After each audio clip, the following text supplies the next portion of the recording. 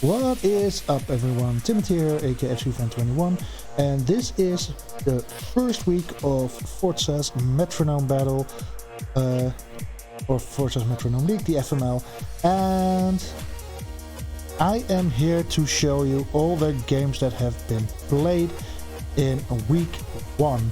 I'm gonna do them in chronological order, so the first game that has been played in this week will be shown first, etc, etc. So yeah, let's jump into the first battle. We have Melissa with Steel types against Ash Ice Claw with the Bug type team. Melissa did not decide to bring a Terra Captain this week, while Ash brought the Terra Necrozma. I'm not going to be going all in depth in what they left behind, because I don't know the teams all that much, but we can go out yeah, we're gonna see what is going to happen in this battle. Yeah, Ash forgot to bring a Terra on Necrozma, so they had to do this again. Luckily they found out before anything had happened. Volcarona starts the battle off with Magic Room, so all the items will do nothing. Fury Swipes from a Heatran into the Volcarona isn't doing all that much. Oof, Bulldoze into their own Heatran is rough, 4 times effective and dealing the most damage, also slowing things down on the battlefield. Volcarona still the fastest thing, going for a Smart Strike into Heatran, not doing all that much of course, because Heatran is very bulky. Celesteela's now the fastest thing after the Rock Polish. Heatran counters with an Iron Head into the Volcarona, not doing much again, with it being resisted. And the Scary Face making Heatran by far the slowest thing on the field now. Celesteela goes for a Fury Cutter. Kind of on theme, but yeah.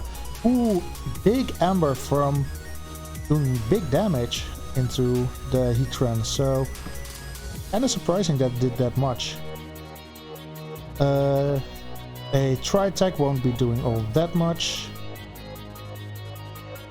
And Celesteela takes itself out of the battle with a Healing Wish. And Darkrai, Dark Void can only be used by Darkrai. Tailwind from the Heatran. And a Poison Gas, which does nothing against a move failed because it did nothing. Okay, thank you. We didn't notice that. But there is a Healing Wish on the field for Melissa, so the Heatran can make use of it, but it's deciding to stay in and use Pollen Puff. Acrobatics, not doing all that much into Heatran, so that's a wasted turn honestly. X from Scizor, not doing all that much, with Scizor being a physical attacker. Dragon Hammer is resisted. And Kowtow Cleave is taking out the Volcarona. The first regular death, let's say it like that. Leafage not doing much into Heatran. Melissa still having 1 turn of Trick Room, decides to switch out the Heatran for the Melmetal.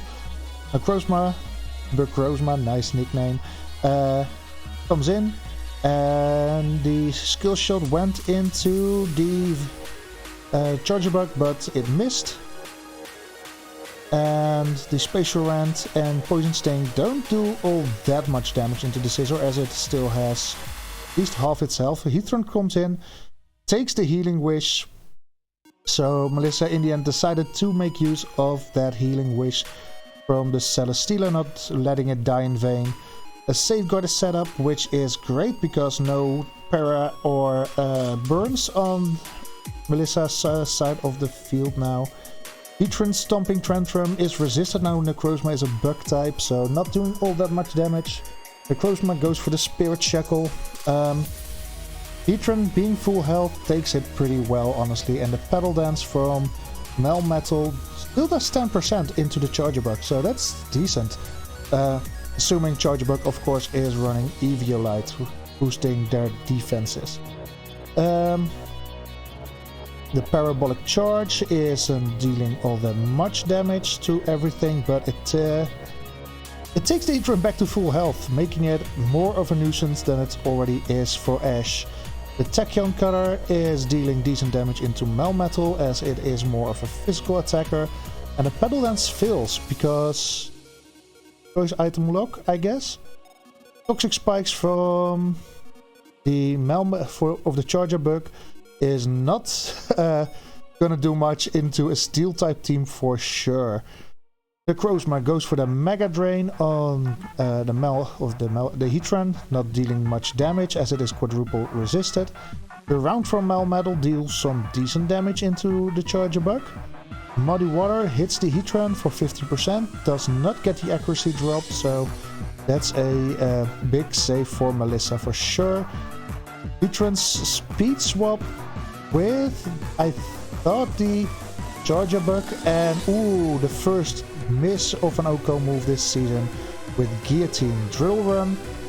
The Sugar Berry is taking most of the sting out, and the burn from the Heatran makes it so the Charger Bug is on its way out with just one more turn that it's gonna survive. Icicle Spear quadruple resisted by the Heatran, so 13 turns in, still just 2 deaths. That is gonna change, of course, after this turn. Bitter Malice into the Melmetal. Drop of the attack is annoying. Ice Fang from Heatran into Necrozma, not doing that much damage, but still chip. Aqua Tail is doing significant more damage, and that's the end of the Charger Bug, going down to the burn of the Heatran's Flame Body. Requinit is up next. In for Ash, the Psy Strike is a stab from Necrozma, so that deals some decent damage. Fury Cutter is stab, but not dealing much into the Melmetal. Double Edge is decent. Necrozma is already on its last legs, and the Fire Spin is annoying for the Requinit, even though Fire Bubble, Water Bubble is gating some of the damage. The continuous damage from being trapped is of course going to stack up. Stone Axe miss is unfortunate. Stealth Rocks on entry would have been nice. And last in this turn is Melmetal with a Belly Drum. That's not going to happen because it is way too weak at this point in the battle, so it would have been nice for it. Glaciate is going to slow things down on Melissa's side of the field. Requinit is going to take something out. No, it's just slowing things down even further with the sticky string shot. The quick attack is kind of a waste here, not dealing that much damage, and the Eerie Impulse because of Clear Amulet. Ooh, Clear Amulet on the Requinit is a great bring here. The Necrozma is trashing around, not taking out the Heatran, but it is just like Melmetal on its last legs, and the Blaze Kick is going to take it out. So Melmetal is just on its own for this turn. Harden to boost that defense with just 16% left. Will it have an impact? We'll see. Scissor already on half health, getting down to 21% because of the trash, but Necrozma now is confused. Ooh, Shadow Force. Taking itself off the field, not being able to get attacked, and that's why the Tickle from Requinit misses. And another Shadow Force. This is some amazing play by Melissa. The Fire Spin is already eating away at the Spoder Bug. Masquerain still able to intimidate both the Scizor and the Melmetal. Scizor almost taking out the Requinit that is firing off a Seed Flare, but that doesn't do all that much damage. And Shadow Force not doing anything because of the Choice Band, I believe it said. Thunderclap not doing much from the Scizor. Requinit with just 3% Thundershocks the Scizor, not taking it out, but keeping it on just a little bit of health. The Masquerain is halved in defenses. Jawlock is keeping Melmetal in on just 12%. Scizor in Trick Room, giving Melmetal the edge now to take out the Araquanid, but it goes for Gravity instead, boosting all the invasiveness or the accuracy of the moves, and Triple Kick from the Araquanid takes out Melmetal. King Gambit comes in, not Supreme Overlord, so that is 100% Defiant, with the Mirror Herb taking the defense boost and a Calm Mind on top of that, making it very hard to take out. The Wild Charge is not going to do enough recall to take out the Scizor, but it is taking out the Araquanid, leaving Masquerain. That goes for a growth, boosting its attack, and now Necrozma comes back in. 3 versus 3 with 2 Pokemon. How many rooms effects do we have now? Big Room, Gravity, and Magic Room. A Charge Beam from Scizor boosting its special attack. Not taking a Necrozma out in the process, but the Smackdown on the Scizor is taking that thing out. Leaving Melissa with her final 2 Pokemon. King Gambit. Oh, and the Defiant comes in after the Tar Shot. Fire type moves will be 4 times effective against King Gambit, but with all these stat boosts, a Frost Breath is going to hurt into the Masquerain. Bronzong in Trick Room goes for Leavage, not doing much into the Necrozma, and now Ash Ice Claw can do a lot, but Auroraville is not going to work without Snow. And Masquerain power swaps and giving away its attack boosts to the Bronzong. And a Power Trip is going to hurt its stab. It has in total 6 stat boosts, so a Power Trip definitely is doing much. And Seed Flare takes out the Necrozma, leaving Heracross in a 1v2. No more Twisted Dimensions, no more Gravity, but can Heracross stay strong into a very well boosted King Gambit and a Bronzong with an attack boost? Water Spout is not doing much. Guillotine misses. 1 turn too late of the Guillotine because Gravity just expired. Vacuum Wave is just doing a measly 4.4%. Not doing much. Sand Attack lowers the accuracy of Bronzong. Might be a save for the Heracross here. But a Razor Shell does 30%. Can King Gambit finish this game off? A Rock Slide is taking out the Heracross, giving Melissa the first win of the season with what honestly was a big roller coaster ride. The King Gambit in the end pulling through with both Defiant boosts, a Calm Mind, and a Mirror Herb steal of a defense boost, making it the perfect Pokemon to sweep the rest of Ash's team. Like I said, a big roller coaster and a great way of starting off the season, and a show why Metronome battles are so unpredictable.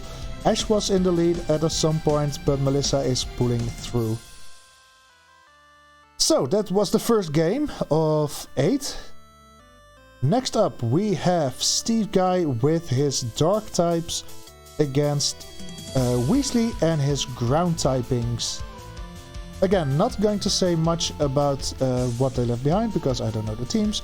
But we see that they will be starting off with Tinglu on one side together with Clefairy, having Friend Guard of course, and the Gliscor is together with Hippowdon setting up Sandstream.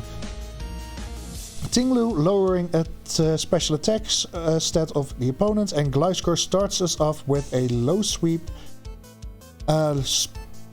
Oh, the weakness policy on Tinglu, that might come in very handy.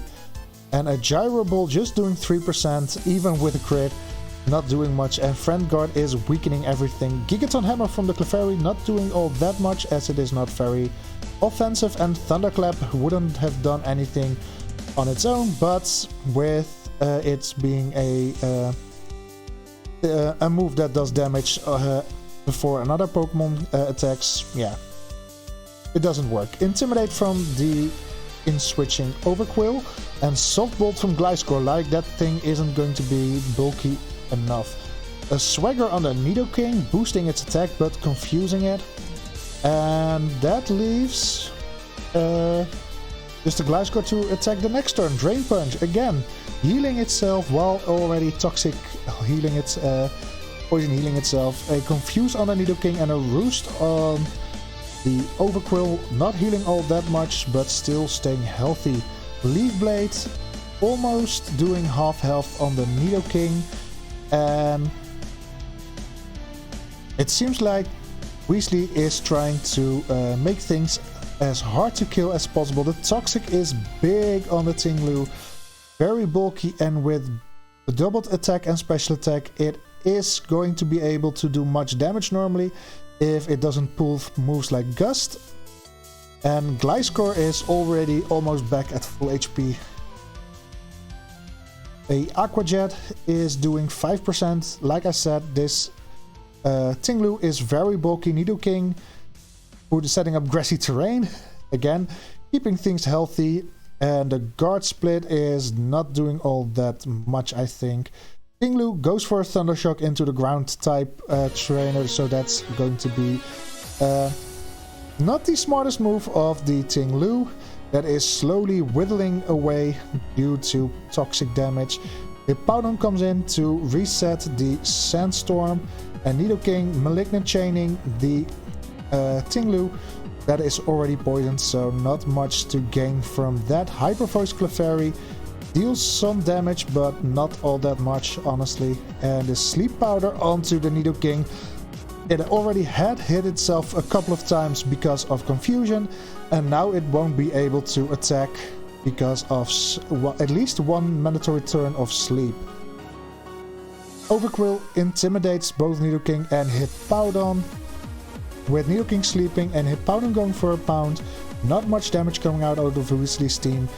The Clefairy goes for the Thunderbolt again into a ground type team, not doing all that much, of course. Everything is getting healed up because of grassy terrain and Black Sludge and all that. Steelix comes in with just one turn of sleep for the Nidoking. Goes for Overheat but misses the Clefairy.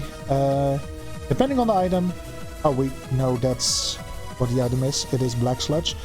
Ooh, Stone Axe hits here, giving everything that switches in some chip damage because of the Stealth Rocks.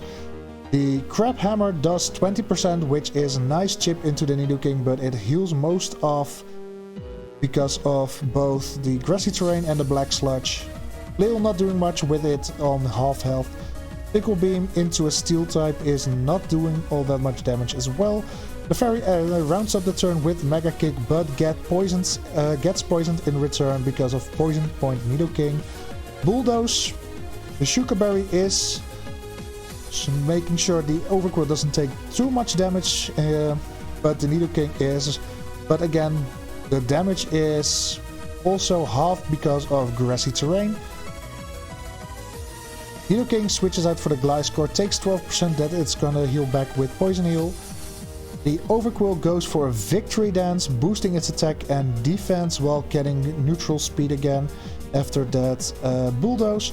The Fairy doesn't have any attack left after that Feather Dance and decides to X-Scissor Gliscor, which resists that move quadruple times, so not dealing all that much damage there. Gliscor going for the U-turn, out into the Hippowdon. It's almost like Weasley has hacked the system because Sandstorm was over and now it's back on. A Light Screen, which can be very nice. But Spark into Clefairy is not dealing all that much damage.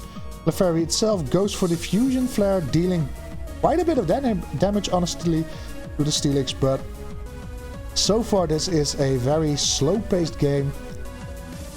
A lot of pivoting and switching. Garchomp coming in for the first time. Can he catch something? A Terra Blast from the Overquill is not dealing all that much damage. Steelix goes for the Moonblast, is neutral into Overquill, and Clefairy rounds up the turn with Aurora Beam, lowering the attack of the Steelix. So that can come in handy for Steve, getting out of there with Clefairy being almost done for. The Thunder Punch on the switch in on the Galarian Moltres is amazing for Weasley. Gyro Ball is not dealing much, but it does give Overkill some rough skin damage.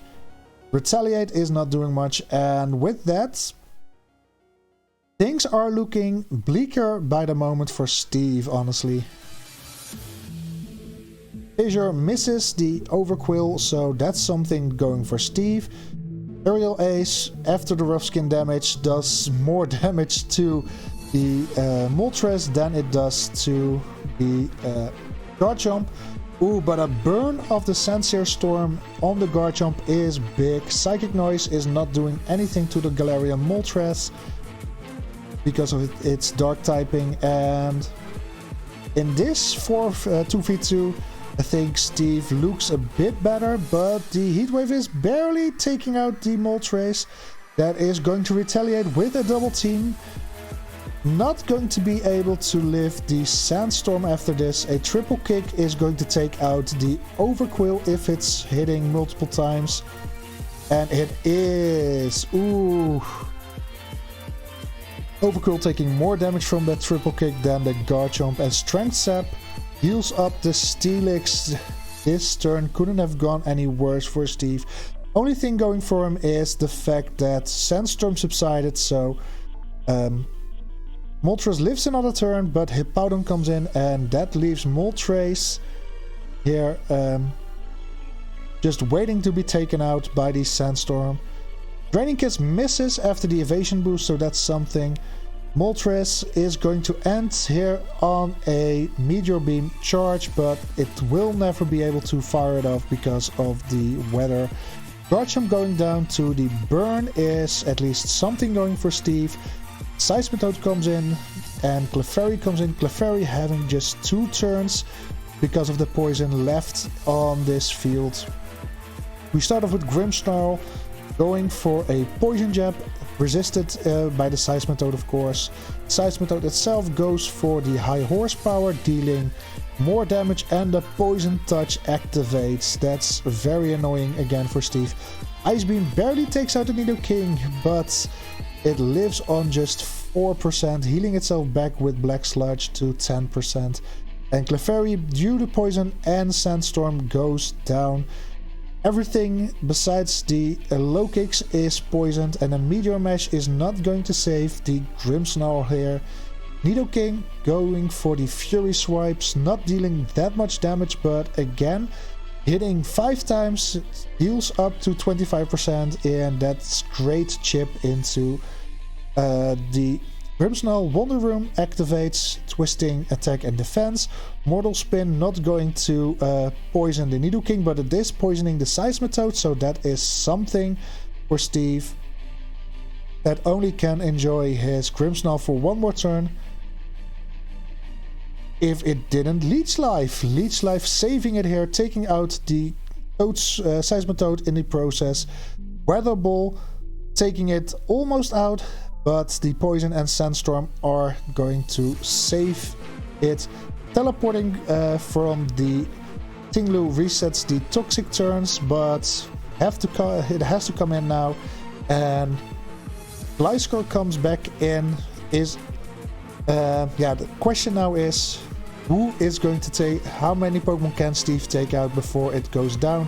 Extrasensory is just shrugged off into a dark type team. The Synthesis, not really something Steve wanted to see in this turn from the low kicks. Entrainment, ooh, Poison Point on the Tinglu can be a hustle, but Zap Cannon into the Nidoking is definitely not.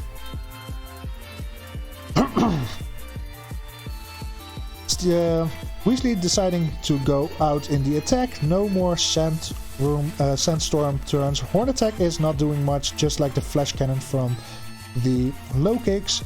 Nidoking is taking nothing out because Eruption is done with very low HP, and a grassy terrain comes back up.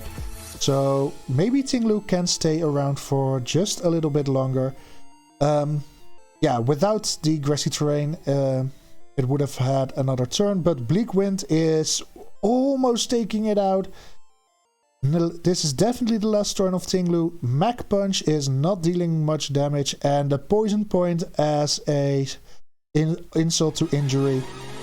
First Impression is not doing anything because it's not the first turn it's out, and Tinglu ends up using Conversion 2 a little too late, becoming a Steel type, but already being toxic. Tinglu is going down, and that leaves with just low kicks against the world. The Sandstorm comes in as another insult to injury. Can Gliscor take it out? With Swift, it does deal a big amount of damage, but it seems like low kicks will be around for another turn, giving itself a speed boost for that next turn because of the Tailwind. But after this turn, low kicks will definitely go down. Will he take something down with him? No, but Morning Sun is at least healing him for 25%. Gliscor's Aurora Beam is taking him down to 20, and Hippowdon, is he going to take him out? Lunar Dance taking himself out and going to be able to heal something. Low Kicks lives another turn. Nidoking comes in, gets fully healed. Can Low Kicks again do something for differential? The Psy Strike is not enough into the Gliscor. Gliscor goes for the Thunder Punch and taking out the Low Kicks. Things looked bleak for Steve from the beginning because Poison and Sand is just very hard to deal with, and even though he tried his best, it was a very hard and difficult matchup for him from the start. So yeah, Steve losing 3-0 to Weasley here.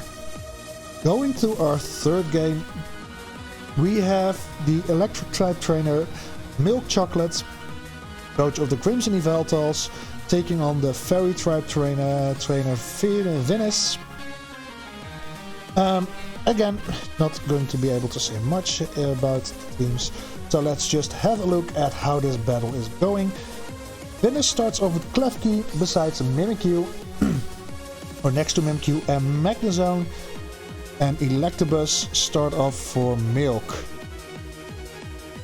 An Earthquake immediately doing big damage from the Klefki, breaking its own disguise from its own partner Mimikyu. Vice Grip from the Electabuzz not doing much into a Ghost type, of course. Mimikyu slowing down its opponents with Cannon Spore, and Magnezone is going to Throat Chop the Klefki, not being able to make any sound type moves work. Klefki going for the superpower into Electabuzz, lowering its attack and defense, but almost taking the Electabuzz out. Mimikyu goes for the conversion 2, becoming a Dark type. Interesting strat, because the triple arrows now hit. So, sorry. Attract is not working on Mimikyu, because Magnezone is genderless, and that's not going to work. A dive from Klefki, that's interesting, because Prankster will now not activate next turn, so it has a invincible status here. Smackdown on the Mimikyu, not doing enough to take it out, but Blizzard is going to take out the Mimikyu, so poor Mimikyu was lost from the start because of Klefki. Klefki is hitting first with dive. Okay, that's interesting. A round is not dealing enough damage, and Simple Beam making Magnezone stats changes double. Retaliate not doing much, and that's it for this turn. Still no kills for Venus, but Brownie's Pokemon hang on by a sliver of health, and the Choice Specs gets knocked off from Magnezone, taking it out. Electabuzz, on the other hand, Spit Up is not working without something to spit up. And Hatterene is using Endeavor and not doing any damage because it has more HP than the Electabuzz. Terra Garganacl comes in. Are we gonna see the Terra right away? Yes, we are. Garganacl terrestrializes into that electric typing. A Whirlpool to lock Jigglypuff in. The Klefki just got out in time. Fake Tears, halving Jigglypuff's special defense. And a power trip into Electabuzz is not dealing that much damage without any stat boost from the Hatterene. So Electabuzz lives another turn. Goes for the lick into Hatterene. Is it able to paralyze? It is not. Garganacl goes next, deciding to boost its attack and special attack, which can be useful in the future. Hatterene's Assurance not dealing much into a very physical defensive Garganacl, of course, and Jigglypuff goes for the Fire Fang, getting stacked in the process by the Electabuzz and also getting worn down because of the Whirlpool. Ooh, and the special defense drops gets topsy-turved, and now our special defense boosts. High horsepower, lowering Jigglypuff's HP even further, and the alluring voice takes out the Electabuzz, making it 4 against 5 with Thunderous Incarnate coming in with that Prankster ability going first, of course. A Fury attack into Jigglypuff with 3-4 hits, almost taking it out. No more Whirlpool because Electabuzz is gone, and Magma Storm from the Garganacl is also missing. Hatterene goes for the Sand attack, lowering the accuracy of Garganacl even further, so these misses can happen more often, and an Attract is not working again. Trying to charm something, and it is just not working. A Meteor or Trash. I thought Meteor Mesh, but Trash is nothing going to do. But the Bite is clinching the Hatterene, and the Zap Cannon still deals some decent damage into Thunderous. Heliolisk comes in, but Metal Burst from Thunderous is not doing anything as it has not taken any damage this turn. Hatterene is going to boost its speed with the Flame Charge, while also Mirror Herb on the Heliolisk while Jigglypuff gets paralyzed. Thunderous, of course, keeps starting the turn. Psychic is barely taking out the Jigglypuff. That special defense boost is really helping it. And another Fire Spin, this time from the Heliolisk into Hatterene to chip it down. A Fire Punch from Hatterene is dealing a nice 20% to Thunderous, while Sweet Kiss misses again. Jigglypuff doing everything in its power to just be as charming as it can, but now is taken out by the Acid Spray from the Thunderous, not having any of its advances. And a Flash Cannon from Heliolisk takes out the Hatterene in the same turn, making this a 3 versus 4 battle. Klefki comes back out, the menace of Venus so far, but having to take a Luster Purge with the Dene isn't great, especially if it loses its special defense because of it. Heliolisk sets up the grassy terrain while the Dene is going for a Bitter Malice, not doing anything into Heliolisk because it's a Ghost type into a normal type. Klefki is charging its Sky attack that is going to bring out after the missing Giga Impact from the Thunderous. Heliolisk's speed is higher than the Klefki, boosting its speed even further with the Dragon Lance, also boosting its attack. The Dene goes for the Rock Smash into Thunderous, not dealing much damage and also not getting a defense drop. Sky attack does some decent chip into Heliolisk, but because of the grassy terrain it heals some of it back up again. Thunderous decides to just explode, taking out Heliolisk and the Dene, with it making this battle a 2v2. Ice Spinner not having a target, keeping up the grassy terrain to heal the Klefki. And now Screamtail and Klefki face off against Rotom Wash and Terra Electric Garganacl. The Photosynthesis from Screamtail activates, boosting its special defense. And in this 2v2, Vice Grip is not doing much into Garganacl because of its high normal defense. Screamtail decides to fly up and being able to avoid the X-Scissor from the Rotom, while Garganacl goes for an Icicle Crush into Klefki, not dealing that much damage. And now let's see who the Fly is targeting. It's not very effective for sure. Tea Time activates, letting Rotom eat its Citrus Berry without doing anything for it, and basically wasting its berry there. Rotom goes for the Grass Splash, not dealing all that much damage into Klefki, and Garganacl decides to go for the Quick Attack, also not dealing much damage into Klefki. So this 2v2 is very close. Klefki starts us off with a toxic threat, not only, or at least trying to lower speed and poison the Garganacle. But because of Purifying Salt, no poison, and the Fire Lash does not deal much damage into the Rotom, but a defense drop can work very well. Energy Ball not doing much into the Scream Tool, and Topsy Turvy isn't working on a Pokemon without a stat change, so not doing anything there. Garganacle. Energy Ball hits Garganacle for 12%, but no special defense drop. While Lava Plume is super effective into Klefki and doesn't burn anything, it's burning the Rotom. So Rotom is going to be chipped down over time. Syrup Bomb in the Klefki, not dealing much, but it will be lowering its speed. Is it going to be useful? Absolutely not. The Sludge Wave is dealing more damage, almost more damage into the Rotom than on the Scream Tail. The Syrup makes Klefki go slower, but because it has the Prankster, it's always moving first. Victory Dance boosting... Oh, I didn't know Recycle worked on Booster Energy, so that's fun.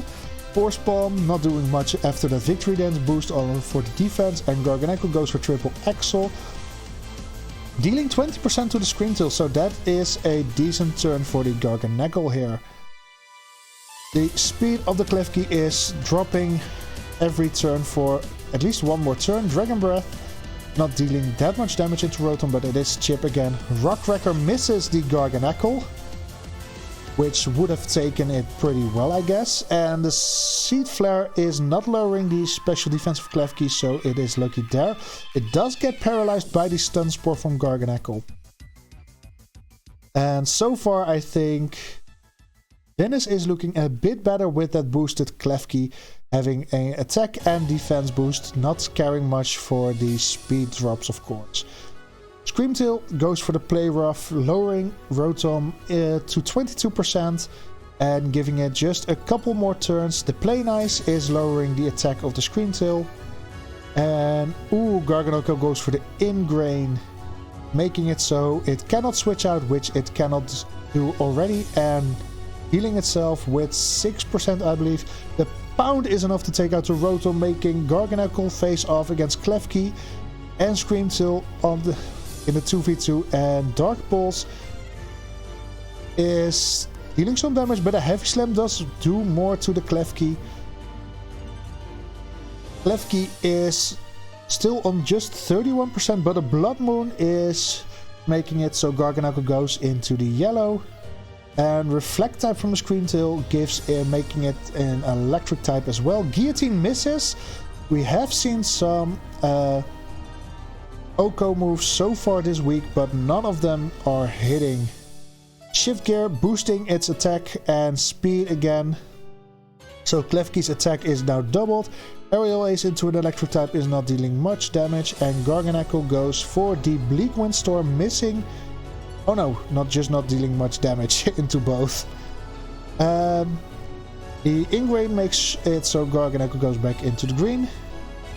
Healing Wish is not doing anything, and Klefki is now struggling because it does not have any PP left. That means Klefki has no more turns on this field because Hex is taking it out. It's a 1v1 Garganacle being ingrained against Scream Tail with lowered physical attacks. Focus Blast. Garganacle is out of PP. It is going to struggle, and it does need to take out the Scream Tail in the next turn, otherwise this game will be over. Liquidation is not enough to take out the Garganacle. Is it strong enough to take out the Scream Tail? It is not, and because of struggle, Venus won their first game. Milk Chocolate already said spelled GG. Great game, a 1-0 victory for the fairy types of Coach Venus. So a very exciting battle again, this battle. And let's go to the fourth game of week 1. And that's me against Smolev. Smolev with the Psychic types against me and my Poison types. Yeah. anything I like to say is, on paper my matchup isn't all that great because Psychic is one of the few typings that is super effective into Poison. Yeah, but yeah, let's see how things play out. I start off with Alolan Muck and with Haunter, while Smolov starts off with Jirachi and I believe the Farigiraf. So Haunter goes first, going for the bind on Jirachi, going for continuous damage, even though the initial hit is not dealing that much damage. Assurance into Haunter is dealing a lot of damage, and Farigiraf can already finish it off, but Poison Gas is not dealing anything against me. So the Muck can bounce up and not do anything in this turn. Giving Haunter a second turn to move, going for extra sensory, not dealing much again into the Jirachi. Is it going to be able to take me out? No, it goes for a guard split, that is missing. Farigiraf is up next. Is it taking out Casper? It is. Overheat. So Haunter goes down, but the power of alchemy gives my Alolan Mug Levitate and Bounce, not doing much damage into Jirachi and also not paralyzing it, but my the Alolan Muk now has no weaknesses, bringing in Tapu Bulu that has to terrestrialize this turn, which luckily I do. Jirachi goes first and heal pulses my Tapu Bulu while not having any damage on it, so something I guess. Spikes from the Bulu is very nice, and Muk decides to go for a Meteor Beam, boosting its special attack before attacking here. Ferroseed is terrestrializing into a Psychic type as it should.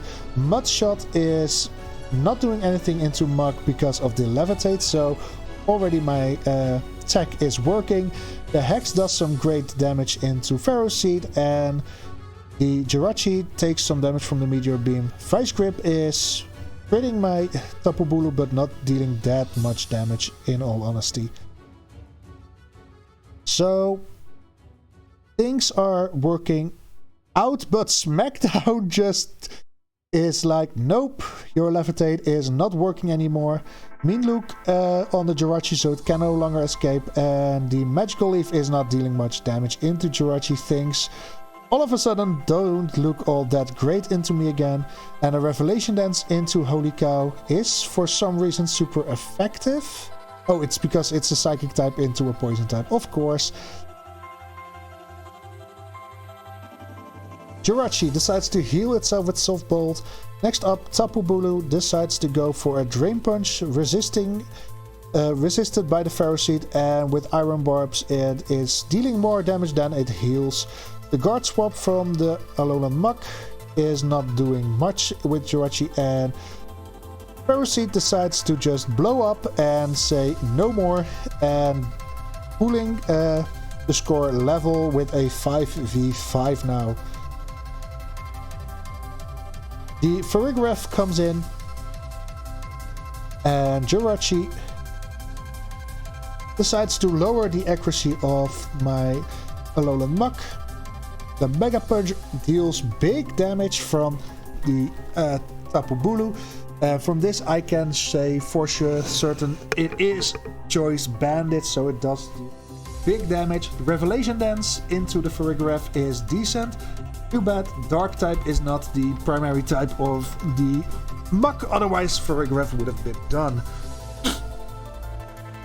Muk goes out, leaves the field because of the accuracy drop. Jirachi decides to boost its attack and speed by with a Dragon Dance. Aqua Jet is dealing damage into the Farigiraf, so it is not the Armored Tail, so it's probably Kachu. Agent Power isn't dealing all that much damage into Wheezing with Neutralizing Gas. The Strength Sap is lowering the attack of my Tapu Bulu, and Confide lowering the special attack of Farigiraf, which is pretty decent as it is more of a special attacker. Double Kick is going to take out the Farigiraf itself because of the Rocky Helmet on the Wheezing that is going to go for the Solar Beam. So yeah, great plan. With a Poison type and a Steel type on the other side, I decide to switch out the Bulu for Muk. Guillotine misses, thank God for that. And Solar Beam into Jirachi is still dealing 14%, so that's decent. Slowbro finishes us off with a takedown, taking almost as much damage as it deals. So that's something, I guess. Weezing is doing a good job so far. Water Pledge almost takes out because of the Weezing because of a crit, but it lives on 1%, going for the Kowtow Cleave into the Slowbro, dealing big damage. The rest is not doing anything for the Alolan Muk, and Defog gets rid of the spikes that I put up, so that's a big bummer for me. Jirachi is going to be able to off the Weezing. No, it goes for the Magic Room, while also taking a Side Strike from my Weezing. Alolan Muk is next, dealing decent damage because of Blaze Kick. And is Slowbro able to take out the Weezing? No, it just goes for Head Smash, dealing even more damage to itself. That's the only thing it does. So far, it's either not dealing damage or dealing damage to itself in the process. Fake Tears halving the special defense from on my Alolan Muk. The Night Slash takes out the Galarian Slowbro, but a Sludge Wave not dealing damage to Jirachi, but taking out my own Weezing, which is not the greatest strat if I do say so myself. Some switching for me to accommodate the Pokemon that are in front of me. Quiver Dance on Jirachi, making Jirachi very scary, just like Victini going for Focus Energy, having a bigger chance to crit. Rollout, on the other hand, is very decent into Victini now because of, well, boosting damage, but the Bleak Wind Storm from the Jirachi lowering the speed of my Tapu Bulu. Victini goes for a Bar Barrage, not taking me out luckily, so I do have another turn of Rollout. Also the Fire Punch into the Victini, still doing 11%, and the Rollout boost getting up to 43% now, leaving Victini on just enough health to live this turn, but going down the next turn if Bulu is able to connect the Rollout into it. Gyro Ball from Victini, it's not doing that much into my Skuntank. That goes for a Blast Burn, but misses. Now the Rollout from Bulu is able to take out Victini, making it 4 Pokemon on my side against 2 Pokemon on Smolif's side. It's Jirachi and a Claydol against the final 4 Pokemon on my side. Jirachi now not having enough PP to click Metronome, so struggling, dealing 25% damage to itself, and Dive makes it invincible. The Play Rough from Claydol is certainly missing. Next up, what do I send out? We send out Alolan Muk. Jirachi is going to struggle into a diving Skuntank that deals nice damage into the Claydol, but a Rocky Helmet is chipping down on my Skuntank. Noble Roar lowering the attack stat of my Alolan Muk that has been lower. Its stats have been lowered all over this battle, but the Shelter is doubling the defense of Muk, so that's something. Jirachi goes for a struggle into my Skuntank, taking again 25 recoil. Aurora Beam of the Skuntank into Claydol is dealing no damage. Claydol goes for Icy Wind, not able to take out my Skuntank, but lowering the speed of Skuntank and Slime Shady, and the Poison Gas is putting Claydol on a timer as well. Even though Jirachi is not going to be able to be poisoned, the Virgil Recoil is racking up on Jirachi. Flip Turn is not enough for Claydol to take me out, and a Bitter Blade is able to take out Claydol. So that's a double kill.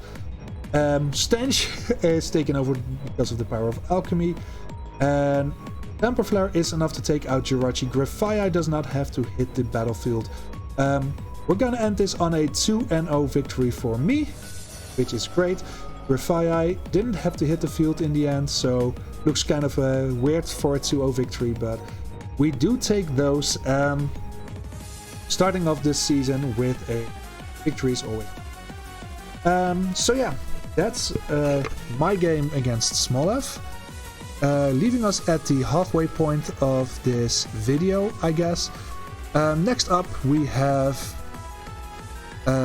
Caps Lock, coach of the normal type team, against Victory Stars, coach of the dragon type team.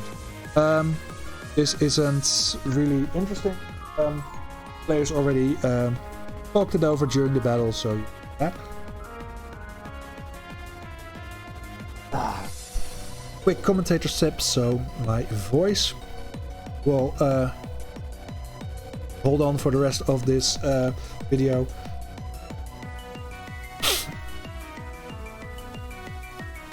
Yeah, like I said, something's missing there, but it's whatever. We have Archeludon and Drampa against Golden Go, Terra and a Stantler. We start off after the Intimidate with leering the opponent's side by Archeludon, which is not doing much. A first round Toxic Spike can be very scary on the side of the dragon types. Iron Tail not doing much and Splash not doing anything. So great start for the Drampa.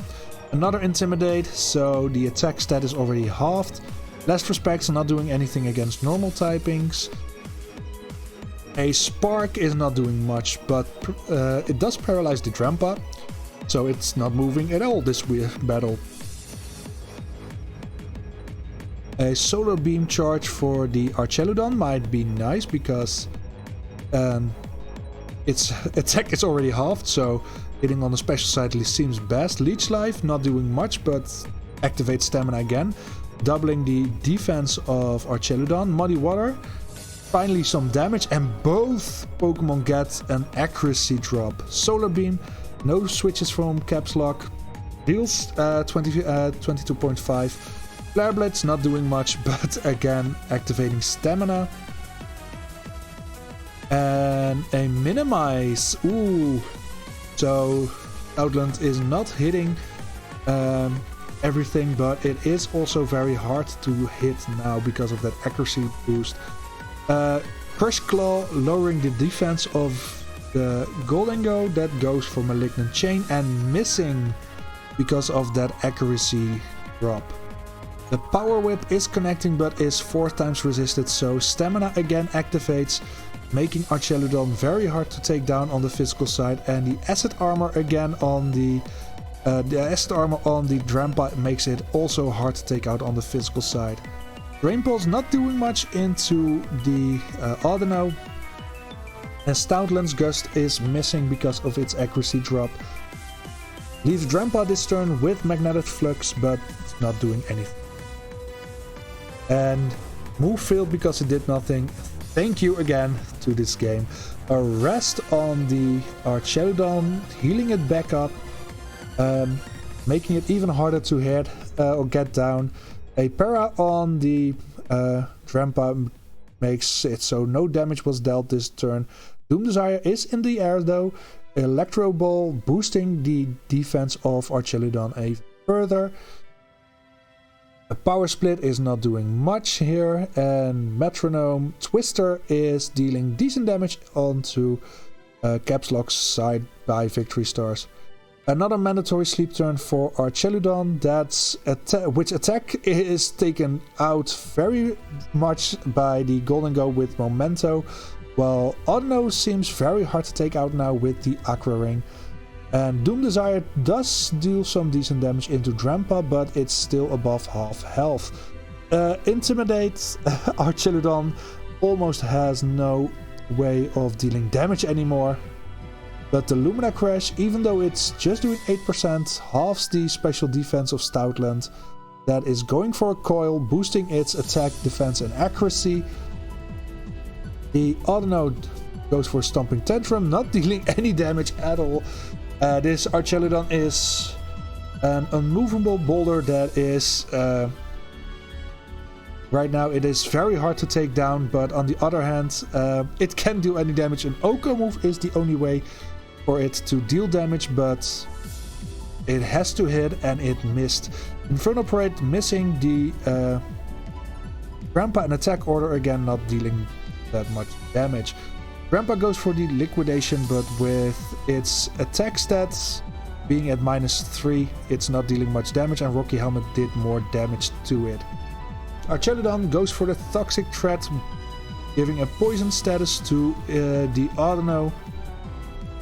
And another Aqua Ring, this time on the Stoutland.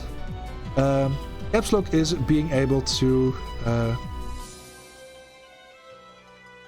just heal its Pokemons, but the poison damage is doing more than the Aqua Ring is being able to heal. So in time the Audino will be going down. Sacred Sword, or just ignoring the defense boost. Great play here from the Stoutland. Aeroblast misses the Drampa, and Drampa's bounce is not dealing much damage into the Stoutland again, with almost no attack left on that side. Spikes is great for Archeludon, so it can whittle down its opponent. Moonlight on the dog, so it is even more healthy than before. Force Curse gives the grass typing to Archeludon, so fire type moves are now super effective, for example. And Audino slowly is whittled down right now. Terra Blast just doing 8%, not all that much. And a Gust into Grandpa again, not dealing all that much damage. Lunar Blessing, healing away its poison and healing both the Pokemon. Yeah, it is not looking all that great now for victory with the Pokemon that are on this field, because not much able to. There are not. Both Pokemon cannot deal much damage, and Glaive Rush from the dog is dealing big damage, and the special attack boost might be massive for Drampa if it went for something other than Happy Hour.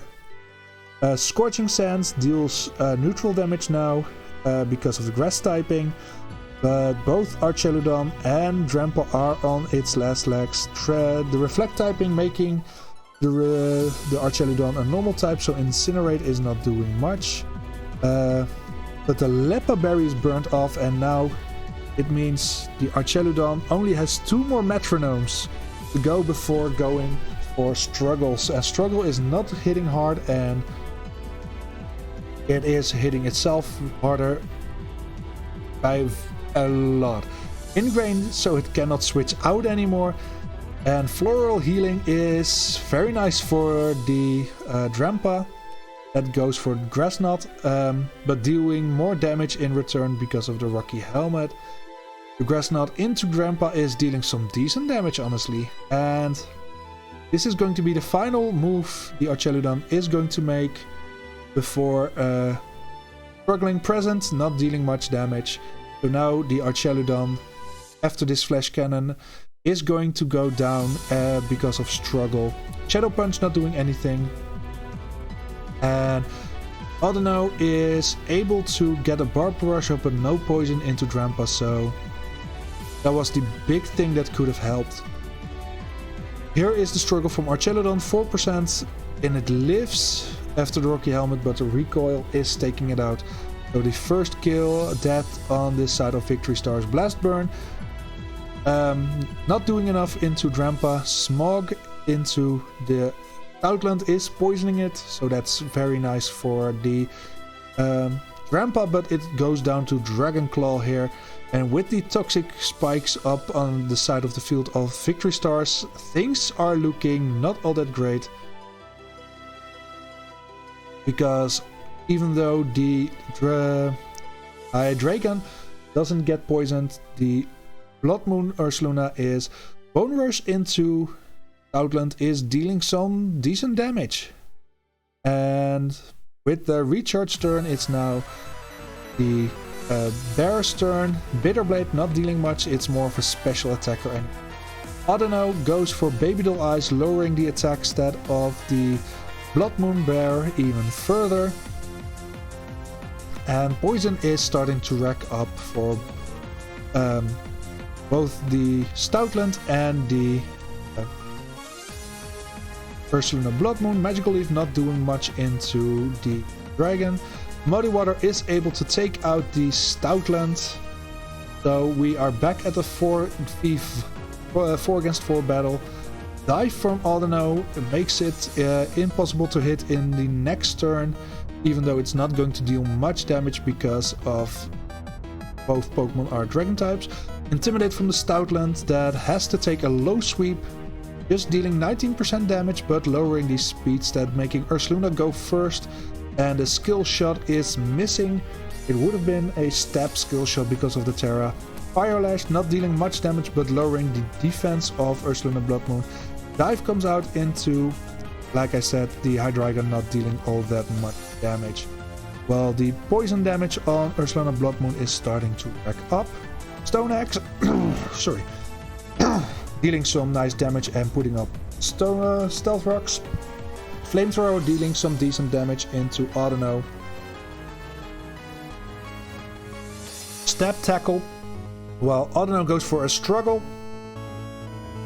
And because of Aqua Ring, it's going to be around for 2 or 3 more turns. And the Confide, lowering the special attack of Audino, is not doing much now. Glaive Rush is making it so Audino is going down a bit faster with struggle. The Shell Sidearm dealing decent damage into the Hydreigon, and next turn Audino is going down because of Struggle Recall, but Blood Moon is going down because of poison. So even though Caps Lock is looking decent here. Oh, Zap Cannon hits the Audino, not waiting for the struggle to end it. Acid Spray halving the special defense of Druddigon. And the Metronome from Druddigon brings out the Tachyon Cutter, not dealing that much damage, but still 10% chip on Stantler is. Next up, Mousehold. Taking quite a bit of hazard damage, but as long as it stays in, it does not take more damage than that from hazard. Sleep Powder, making it so...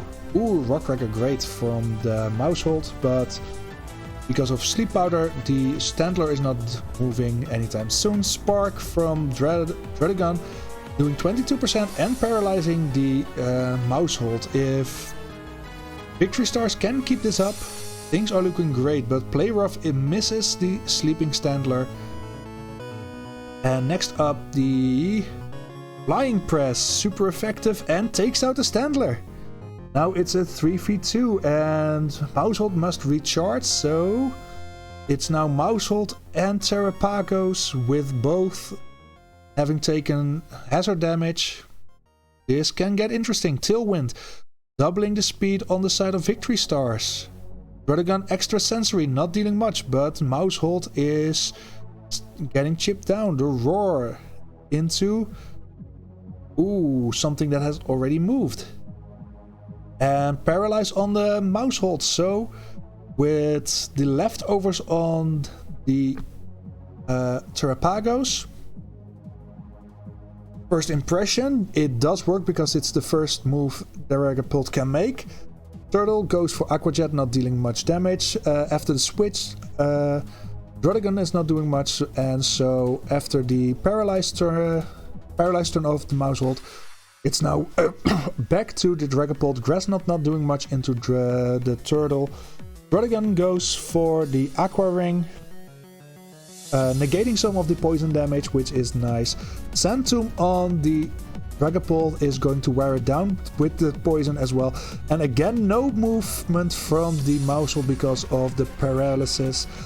But Dragapult is being worn down. It has to come quickly here for Dragapult, but Steamroller is not doing anything without a field effect, and Leaf Storm also misses from the Druddigon. Now it's the Turtle going for Hydro Cannon, taking it down to 20%, but unable to move next turn. Mousehold is finally doing something and it goes for a Flame Charge, boosting its speed, but because of Rough Skin and Rocky Helmet goes down to 11%. Iapapa Berry and a Mirror Herb, boosting the speed of Dragapult. Not do all that interesting because it has just one more turn of movement and it misses a Fury attack. So Dragapult is going down after this turn. Household after the speed boost is outspeeding, and Doom Desire is taking a target. Magma Storm not dealing all that much damage, and after the poison damage here, I think... No, it's just the Dragapult going down because poison... the Aqua Ring just took Druddigon out of poison range. Magma Storm doing some damage into the Terrapagos. Gigaton Hammer barely missing the KO on the House of Mouse. Coaching from... Ooh, that can be a game changer because Mousehold's Leaf Blade is now able to take out the Druddigon, but the Roughskin Rocky Helmet takes out Mousehold, so it is now Terrapagos against Hydreigon in a 1v1. Who is going out victorious? Strength Sap boosting, lowering the attack stat while also getting itself back healthy. Amazing play, and a self-destruct takes out the Terrapagos, leaving the Hydreigon just barely hanging on. Without a Strength Sap, it would have gone down to the self-destruct, and this battle would have been I think a win for Caps Lock because Terrapagos will go down as the final Pokemon, but Hydreigon was able to hang on and claim victory for Victory Stars in an amazing battle again. 35 turns. Leaves us with 3 more battles, honestly. Starting with... So next up we have Kennybot, coach of the Ghost types, and we have Meep, coach of the Flying types. Tapu Koko is the Ghost Terra Captain, and let's see, it's Iron Valiant as a Terra Captain for the Flying types.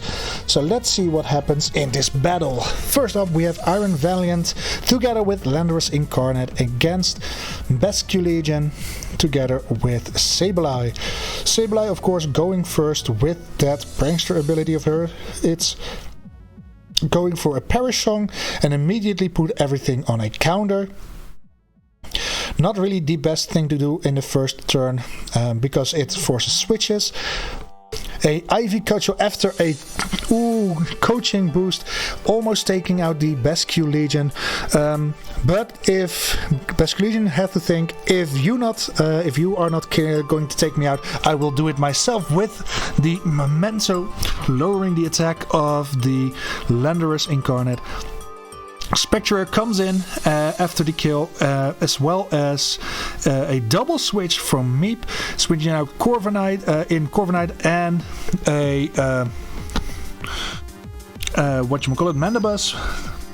And Spectre going for that attack race with the Torch Song, while Icicle Crutch not doing anything because Metronome is a status move, and that's why it will not work with any move into the Mandibuzz. Corviknight taking less damage from the Grassy Glide than it deals with the Rocky Helmet. Liquidation not utilizing that special attack boost. The skill swap taking away the Prankster now.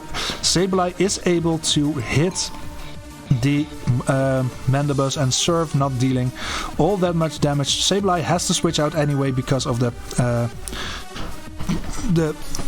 lowering of or the Perish count. Water Spout not dealing all that much damage because it's a Mandibuzz, and Mandibuzz's special attack isn't all that great. While Drifblim is being forced to eat its Citrus Berry early on, but also getting that Unburden boost. Hyper Voice not dealing any damage into Ghost type, so now not a smart move from the Corviknight. Now, because of that switch of Prankster, Mandibuzz is now always hitting first. Metronome from Drifblim going second because he did get Unburden procced after the Citrus Berry. Spectrier going for the next move, Retaliate, dealing less damage onto the Corviknight than it takes itself with that Rocky Helmet. That Rocky Helmet that is going to get flanked away by the Corviknight, losing its biggest damage dealer that it already had, while Spectre is getting healed up by the Mandibus's heal pulse. Bitter Malice into Corviknight, dealing 25% and lowering its attack. No damage is being taken by Driftblim because the fling on the previous turn. Dragon Dart's not dealing all that much damage so far. So Fissure not dealing damage into Driftblim, of course, because it's a flying type. Into Spectre we had, it was waiting to see if it would have dealt damage. Dragentail getting out that Corviknight for the Iron Valiant, while Spectrier goes for a lock-on onto the Mandibus. Sorry, there's a hair on my tongue.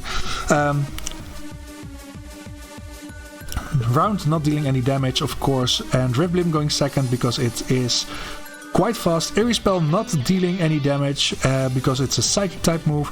The Tail Slap is going to connect twice and dealing around 6% of damage. Most peculiar thing, Iron Valiant is going last in this turn, going for a Ceaseless Edge, dropping not only a spike but also Driftblim's HP under 30%, less prospects dealing decent damage, and the Eerie Spell into the Iron Valiant, lowering its Metronome by 3 points. But it doesn't matter if Thundershock is just going to take it out.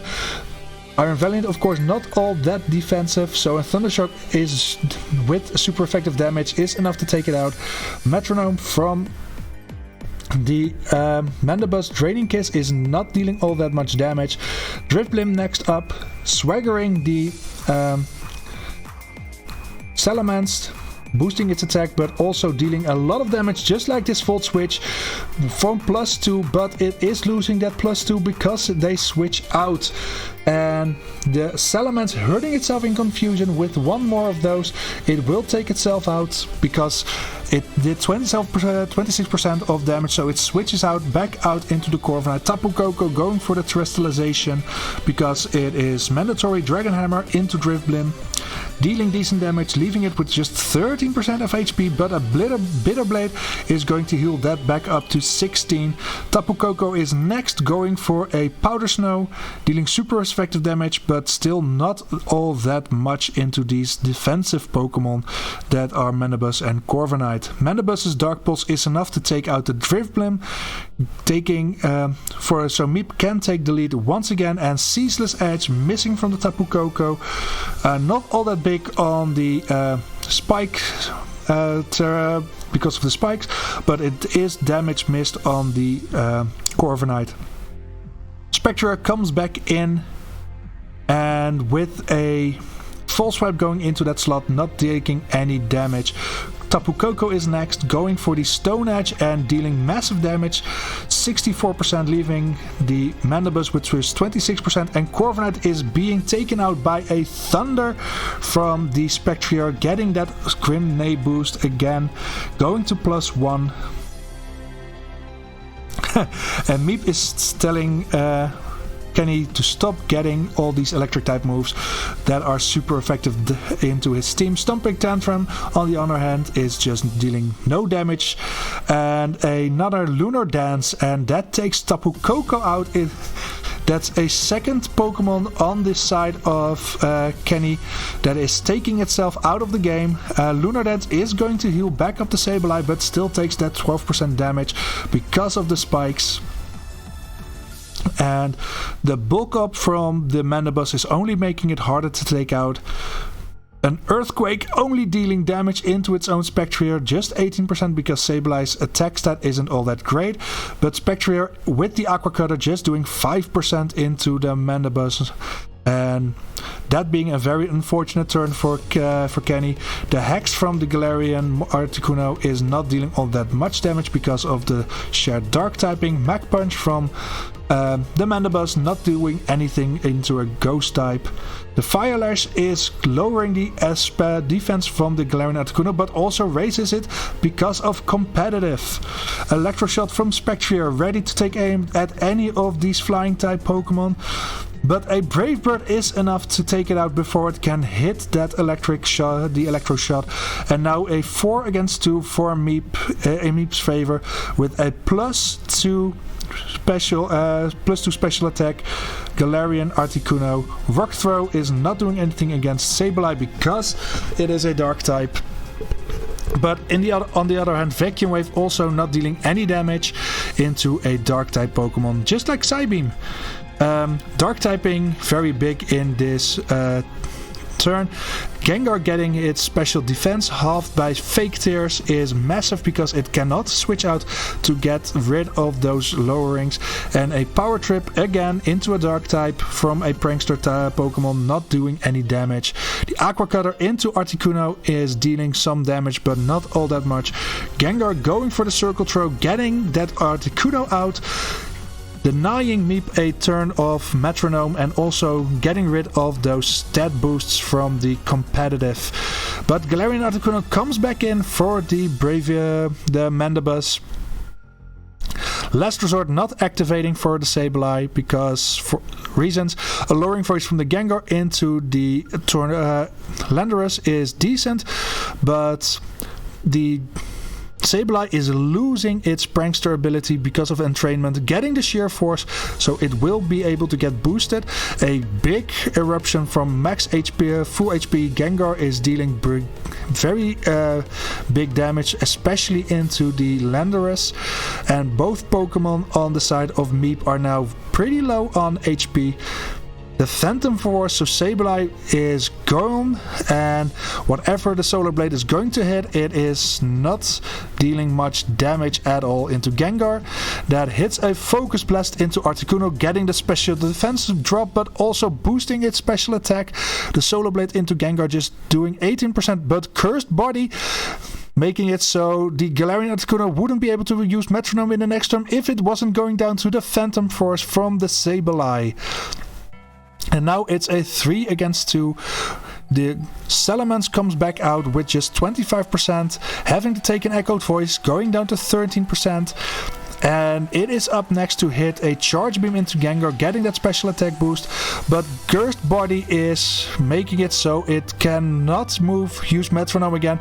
And the Mandibuzz is out of Metronome, so it's now going to struggle and dealing damage to itself. The 7% onto the Sableye is decent from the Sableye, and yeah, of course the Salamence has to switch out, so it cannot, so it won't be using Struggle like the Mandibuzz is doing right now.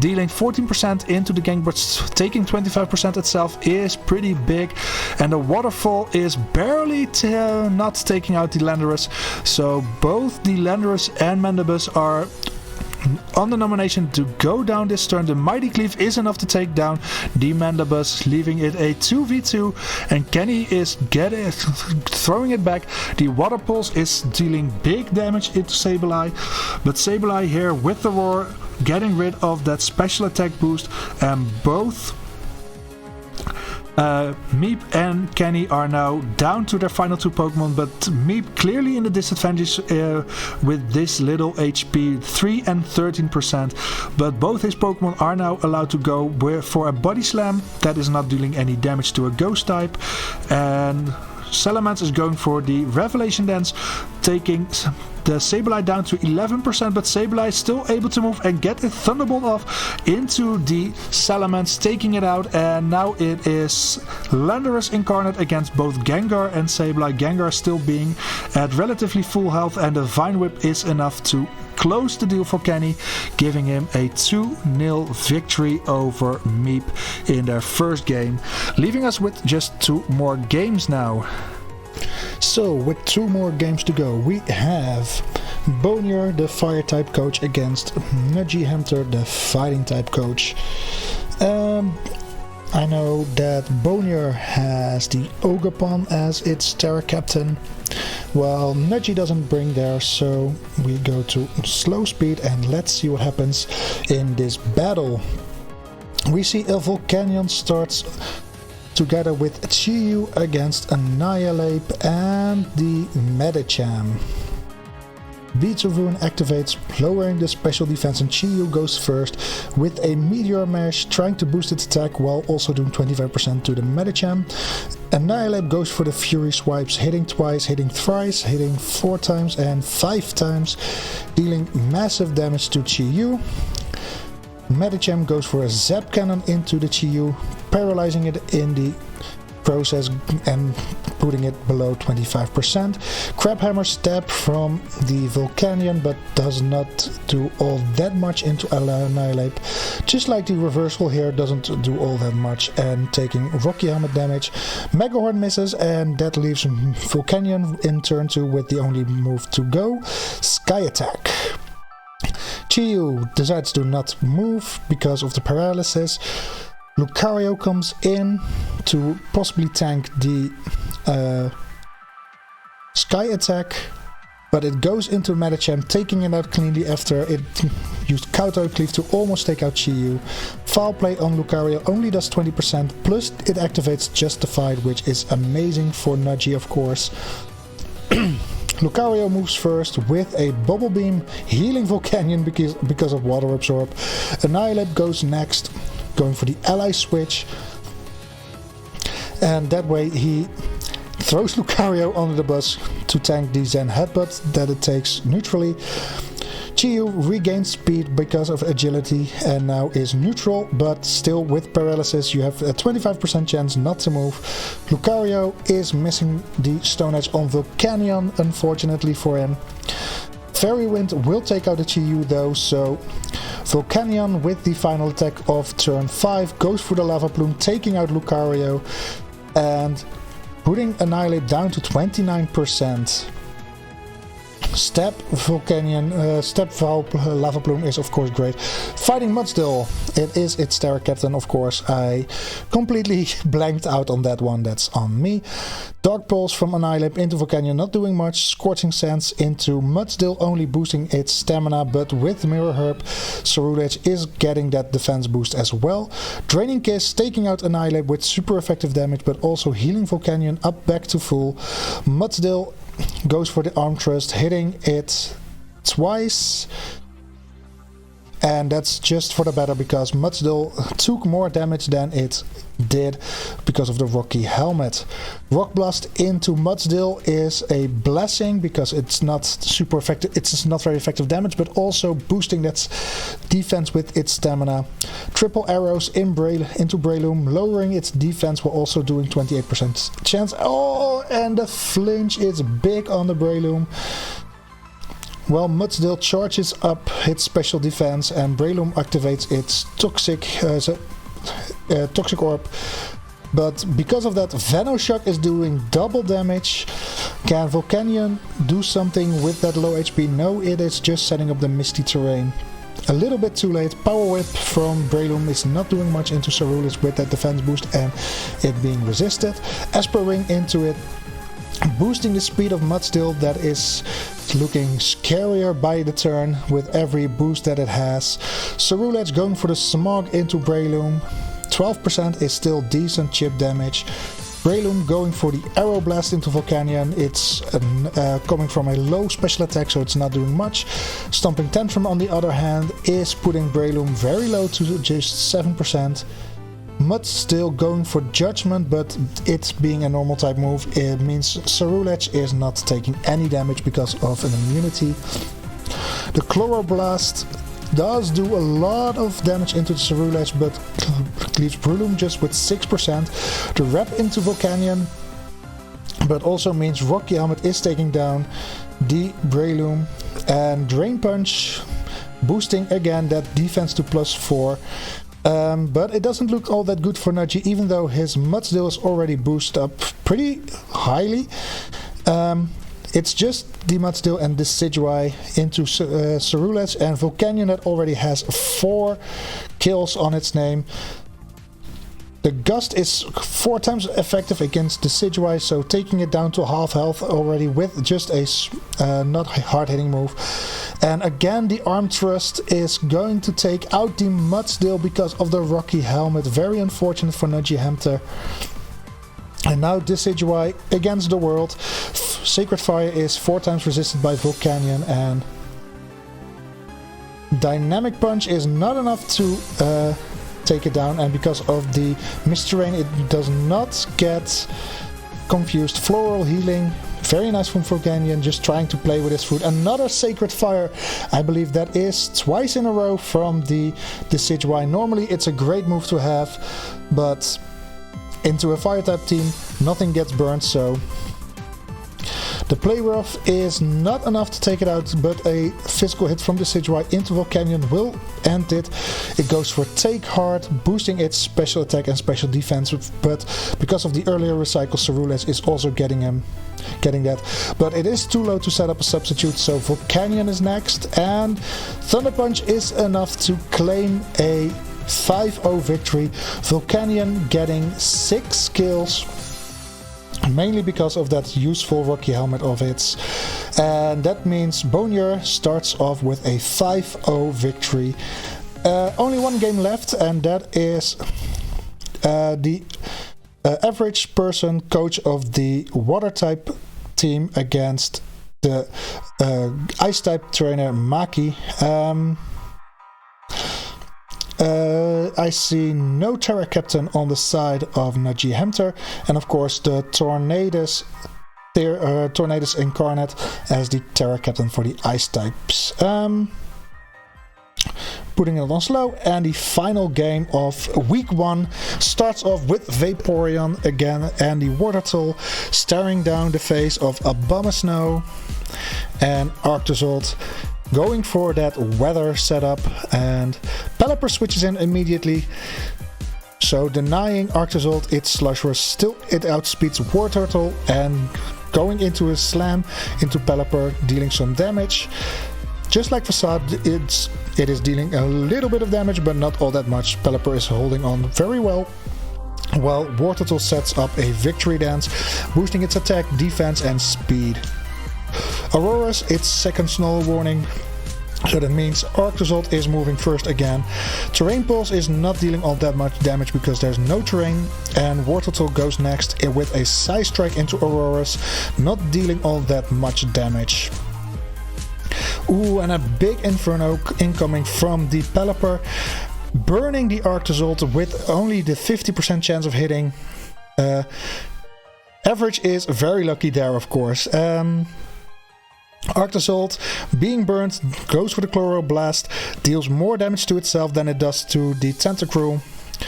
A Hyper Beam is of course resisted by Aurora's because it's a rock type Pokemon, and Aurora's going for Dynamic Punch, but not as lucky as Average just was, hitting a Inferno, both being 50-50s.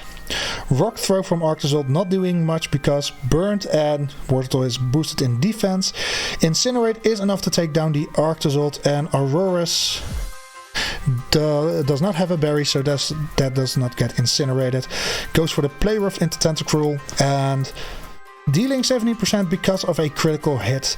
Tentacruel though is healing that off because of the Black Sludge, while Iron Bundle comes in, activating its Quark Drive and getting a special attack boost. Pelipper comes in, denying more of the snow.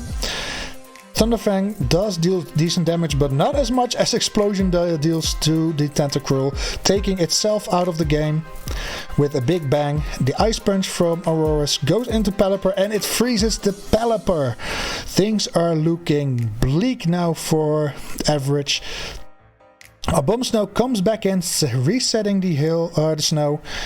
Bundle goes first, of course, being very fast, but because of the snow, Moonlight is just healing 25%.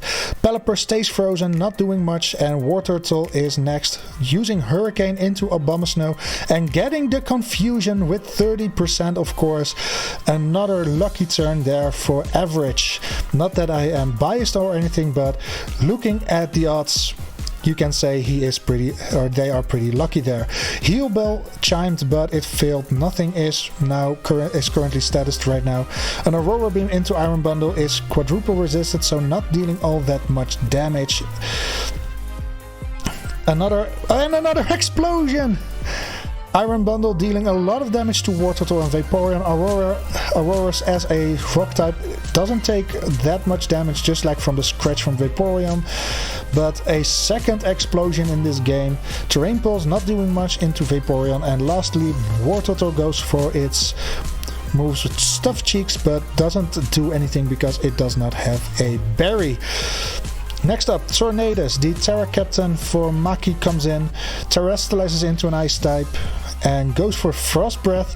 Even though it is a critical hit, it is still resisted by Vaporeon. That is next, and goes for the Leaf Storm, big damage, because Tornadus terrestrialized into an Ice type. It now does neutral damage. The pack from Auroras is not dealing all that much, just under 10%. And the Mega Horn is enough to take down the Tornadus Incarnate. And the Terra Captain is blown back by Vaporeon and War Turtle. Still, Qianpao, a very strong Pokemon on the team. Well, the Vaporeon gets out for Pelipper, resetting its terrain. The Fling from the Focuses is not doing much into War Turtle, and Auroras goes for the Heat Crash and thawing the Pelipper in the process. A very nice gesture from that Auroras. Infernal Parade as a ghost type move, not dealing that much damage to the Qianpao. And now Auroras gets out for the Abomasnow again to reset the snow, but Maki is running out of Pokemon. The Double Edge is taking out the Pelipper, so no more weather resets for average. And a Dark Void cannot be used because it's only Darkrai can use it. It's a very unfortunate move to have in the Metronome pool, but not something we can affect. Parasong from Qianpao, and that is more of a nuisance for Maki, because now with the kill from the Hydro Cannon on the Qianpao, Abomasnow is not going to be able to switch out, and it's also locked into Uproar, so in 3 turns Abomasnow is going down. The Moonblast does lower its special attack as well, so even though there is a Perish count on Abomasnow, it is locked into Uproar with a lower special attack, and that means it has to deal much damage in that little time it has. War Turtle goes down to the Uproar, so it is still doing something. Aurora's Fire Punch not dealing all that much damage into the Vaporeon. And with Vaporeon and Abomasnow still having a Perish counter of 2 right now, Tatsugiri comes in. No Dondozo switch yet for the Vaporeon. A Temper Flare from Tatsugiri is knocking Abomasnow down to 14%, and Bug Bite is enough to take it down before its Perish count gets to 0. Aurora's going for the conversion, becoming a normal type, and Vaporeon, just with a single turn left in its on the Perish count, decides to switch to Dondozo, giving that Dondozo Tatsugiri a combination, both with of course Dondozo giving it a Omni boost of 2 and a Fury attack into Auroras. Even though it is doubled in attack, it still doesn't do all that much. Tatsugiri cannot do anything, so this is a 1v1, but Flare Blitz from the Auroras, of course, not doing much into that double defense boost. And now the Dondozo goes for a Tickle, lowering the attack and defense for Auroras, while Auroras going for Sticky Webs. A little late for that, with not much switching going on in this battle anymore.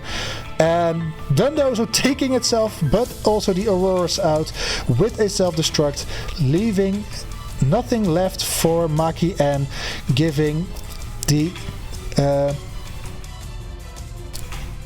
Melbourne Magearnas, that's the team, a 2-0 victory. Tatsugiri, of course, being safe from the self-destruct because it is basically off the field while it is in the mouth of Dondozo. So Average takes a 2-0 victory over Maki, and that leaves us with a score or a table like this. Bonnier is currently in the lead because of differential of +5. Weasley second because of differential +3. A shared third position for Kenny Bolt, Average Person, and myself and Melissa, all with a +2 differential, and a shared 7th position for Victory Stars and Venice, both being +1.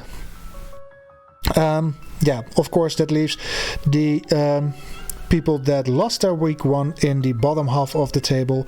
Looking at the MVP race, Volcanion completely dominating their first week with a 6-0 record, going full on ahead in the table. Klefki did well, 3-1, and a lot of Pokemon on 2-0, like my Alolan Muck, Gengar from Kennybot, Weasley's Gliscor, Victory Stars, Hydreigon, Kingambit from Melissa, Sableye from Kennybot, and Vaporeon from Average Person. Lastly, let's have a look at next week's matchups. I self-play against Bonier, the Nudgy Hamster plays Milk Chocolate, Meep against Weasley, Steve Guy against Venus, Melissa against Kennybot, Capslock against Average Person, Maki against Smoliv, and lastly we have Victory Stars against Ash Ice Claw. So that's it for week 1. I hope you enjoyed it. To all coaches watching, good luck on week 2, except for Bonier, of course. Just kidding, Bonier. But yeah, that's it for week 1. I hope you have a good one. I hope to see you all next week for week 2 of the Forza's Metronome League recap. Bye everyone.